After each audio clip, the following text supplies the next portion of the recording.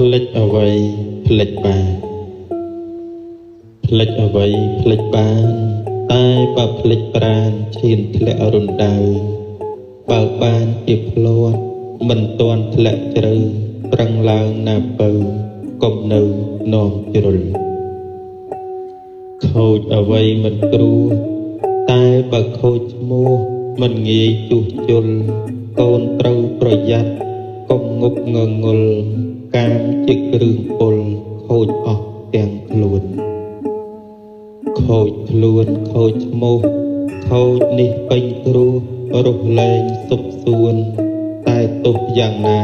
កុំឲ្យខូចផ្ទួនត្រូវប្រឹងកែខ្លួនកុំចោលអាត្មាចោលអ្វីចោលបានតែកុំចោលប្រាណក្នុងវដ្តសង្សារព្រោះក្នុងលោកនេះឥតមាននរណាជួយស្រង់អាត្មាក្រៅពីខ្លួនឡើយកូនត្រូវរក្សាការពីអាត្មាឲ្យបានដល់ត្រើយដោយការប្រយ័ត្ន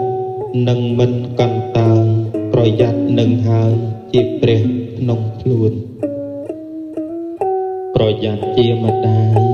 ញ៉ាំងគុណទាំងឡាយឲ្យកើតមកមួនអត់ធន់ជាឪរក្សាត្រង់ស្ងួនគុណធម៌ក្នុងខ្លួនដូចខែខាងខ្នើត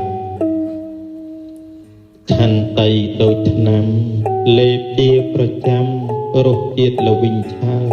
លំបាកទ្រាំណាស់លុះដល់ផលកើតរសជាតិល្វីងឆើតមានគុណគួរផង